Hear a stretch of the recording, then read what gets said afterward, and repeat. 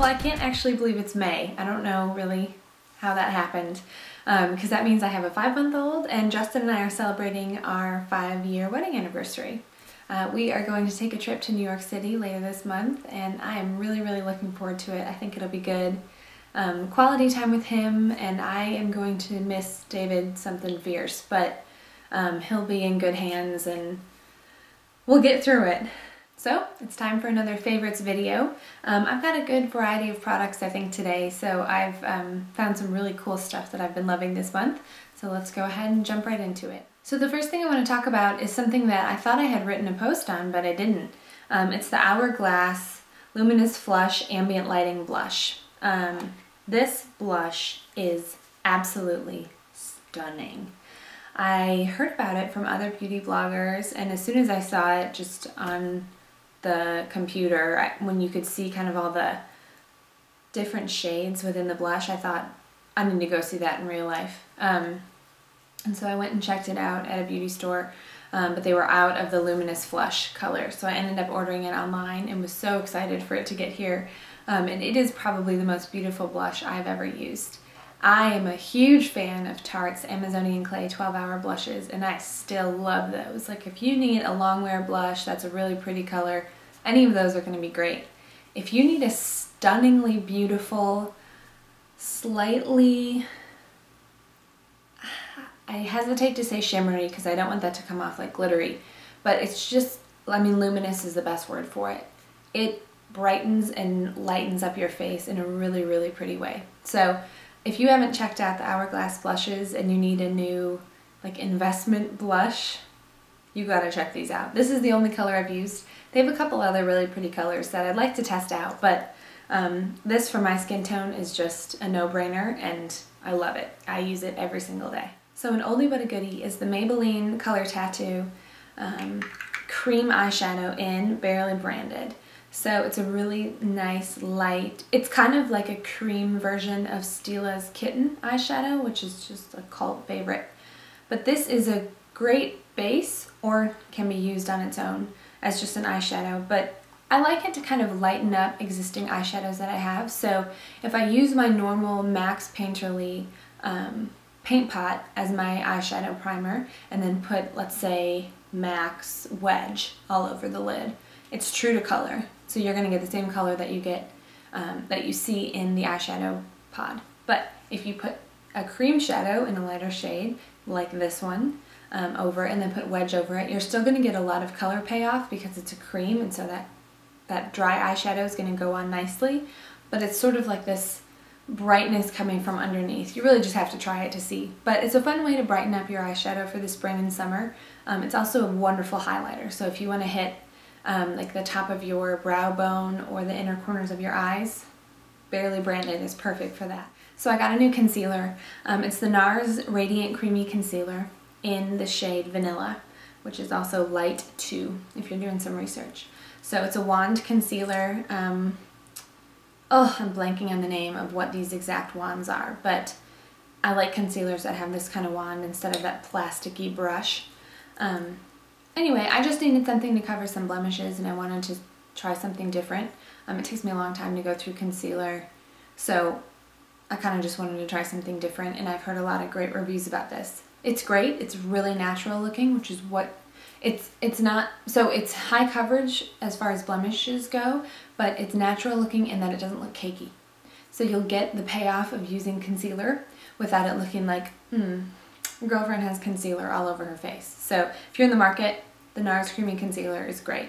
I've used it for my under eyes as well, and it didn't provide as much coverage as the Makeup Forever Full Cover Concealer, just because it's not as full of coverage, but it's good. If you don't need a lot of coverage under your eye, maybe this could work for under your eyes as well.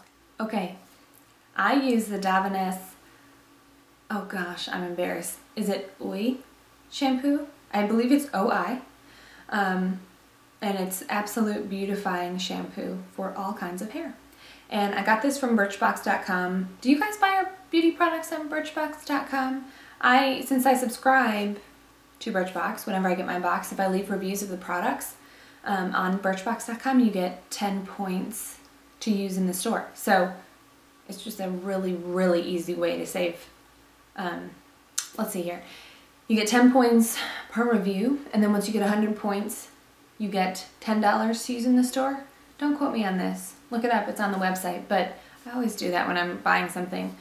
So anyway, I got this on the Birchbox website, and holy moly, it smells incredible. And a lot of times I'll use the shampoo in the shower and think, this smells so good, and then I never smell it again the rest of the day.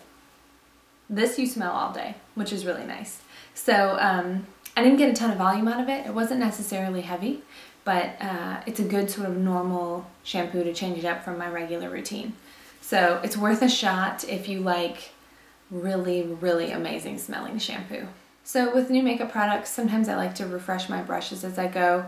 I have some Sigma brushes that I wrote a blog post about, I think in January, because I received them as a gift for Christmas, and I liked them. I still think they're good, but the quality is not living up to the hype, and I liked them initially, and they're still fine, but the more I use them, I'm like, these kind of feel a little bit like not as high quality. So you cannot go wrong with Sonia Kashuk brushes. I have a handful of her eye brushes, a couple face brushes. They're like simple. I also really like the shape. It's easy to hold, kind of like do you ever remember those little things you would stick on your pencil in school that would help you like get a better grip on it?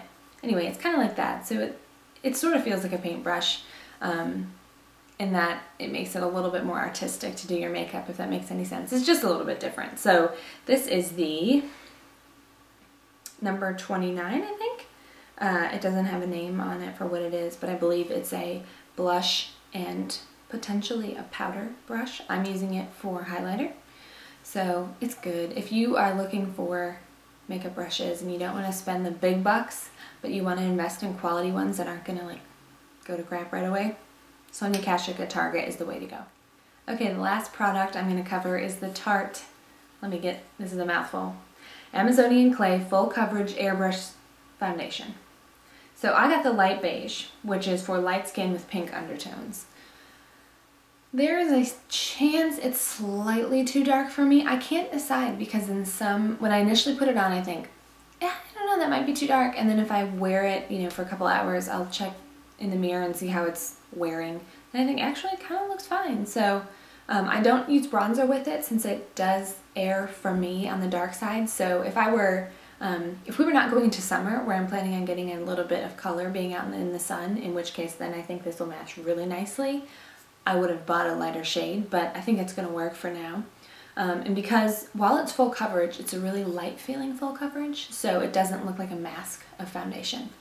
This is the airbrush, oh shoot, the name isn't on it. Anyway, they market this to work with this product. They also have a really short kabuki brush. I don't like those. I just feel like I can't get a good grip on it when I'm using the really, really short kabuki brushes. So this one is made to work with this foundation. For a powder foundation, it will cover everything and not feel really heavy on the skin. So the closest thing I can relate it to is the Bare Minerals Original Foundation. They're loose powder. I know sometimes, I think they're making pressed powder foundation, and they just launched, I think today actually, well, not when you watch this, but I think May 1st they were launching a liquid serum that I really want to check out because I like their stuff. Anyway, this can be closest related to the Bare Minerals foundation. I like this a lot better. It covers a little bit more evenly, and I don't feel like I have to work as hard to put it on. So if you're looking for a breathable but full coverage for the summer, check this stuff out. Okay, so that's all I've got for you. Those were my favorite products from April. If you want to watch any other favorites videos, you can find a row of them all in one place, so it's easy to find on my YouTube channel. And if you don't know how to get to my YouTube channel, if you're watching this on the blog, go to my social media icons, which is on the right-hand sidebar of the blog, and just click the YouTube link, and that'll bring you right to it. I hope you enjoyed this video, and thanks for watching.